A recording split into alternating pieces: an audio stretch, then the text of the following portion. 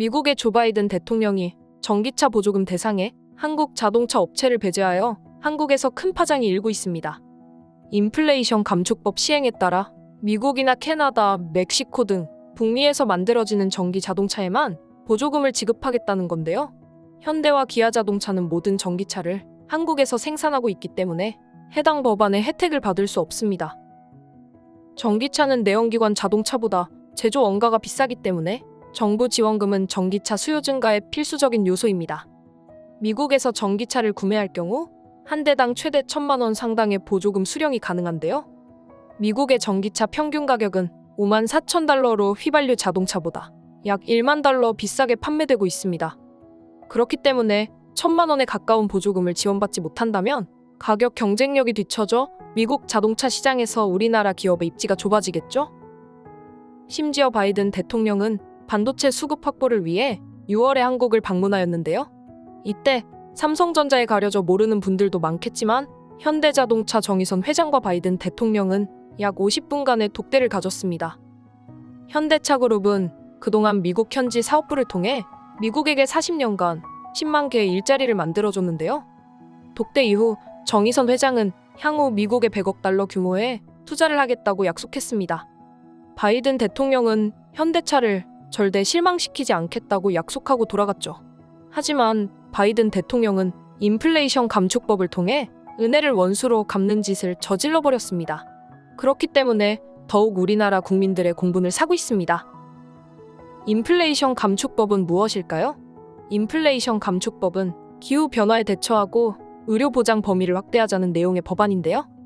에너지와 의약품의 물가를 잡겠다는 뜻으로 인플레이션 감축이라는 이름이 붙었습니다. 이번 법안을 통해 에너지 부분에만 479조 원 규모의 투자가 일어난다고 하는데요. 바이든 정부는 투자금을 전기차 지원금으로 사용하여 2030년까지 미국 자동차의 절반 이상을 전기차로 전환하겠다는 계획을 가지고 있습니다. 지금은 북미에서 생산된 자동차에 대해서만 보조금을 지급하도록 하고 있지만 앞으로 이 규제는 더 강화될 것이라고 합니다. 2023년부터는 보조금 제한 조건이 부품으로까지 확대되는데요. 이는 중국산 전기차와 배터리, 심지어 부품까지 철저히 배제하고 견제하기 위한 행보로 보여지고 있습니다. 하지만 이 정책으로 인해 가장 많이 피해를 입는 기업은 우리나라의 현대차와 기아입니다.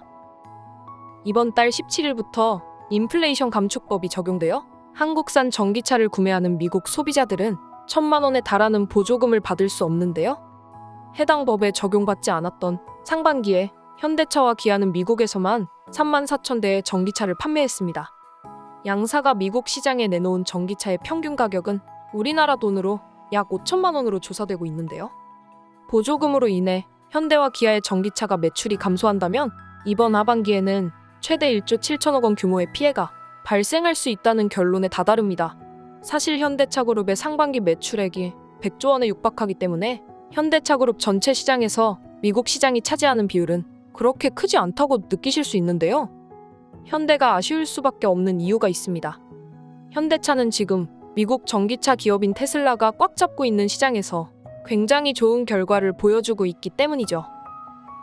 2018년만 하더라도 현대차와 기아는 미국 전기차 시장에서 순위가 10위 안팎에 그칠 만큼 존재가 미미한 기업이었습니다.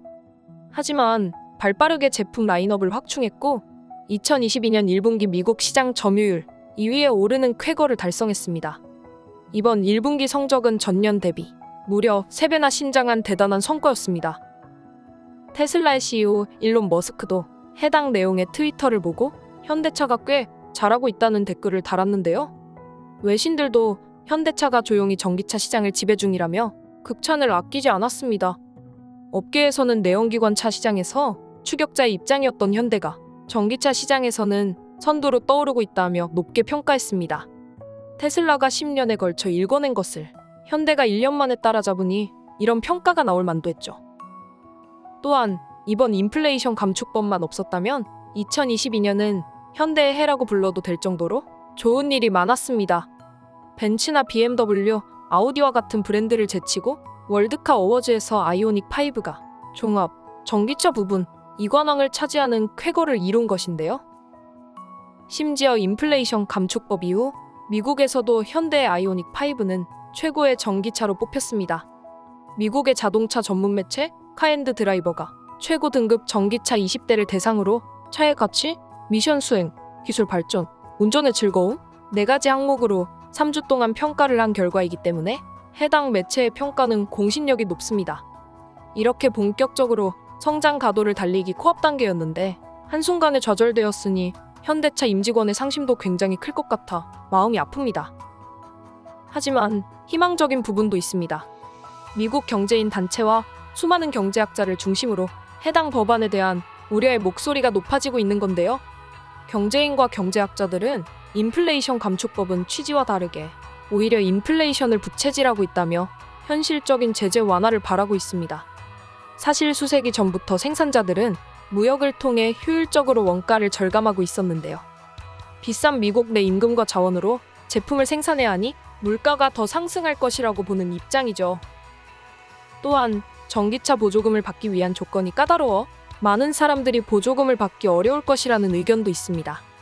보조금을 받기 위한 가장 선행 조건은 앞서 언급드렸던 전기차의 원산지가 북미여야 한다는 점이었습니다. 이것뿐만 아니라 전기차의 가격, 구매자의 소득, 차량의 연식, 원산지 등 고려해야 할 사항이 많아도 너무 많습니다. 신형 차량의 세액 공제를 받으려면 세단의 경우 7,200만 원 이하여야 하며 SUV와 트럭은 약 1억 미만이어야 합니다. 중고 전기차의 경우 연식이 최소 2년 이상, 연봉 약 1억 이상의 개인은 보조금을 지급하지 않는다라는 조항도 있기 때문에 따져봐야 하는 조건이 한둘이 아니죠. 미국의 업계 전문가는 많은 전기차들이 고급 차종이고 고급차를 사는 것은 대부분 고소득층이기 때문에 실질적으로 세금 공제를 받을 수 있는 사람이 많지 않을 것이라는 의견을 내놨습니다.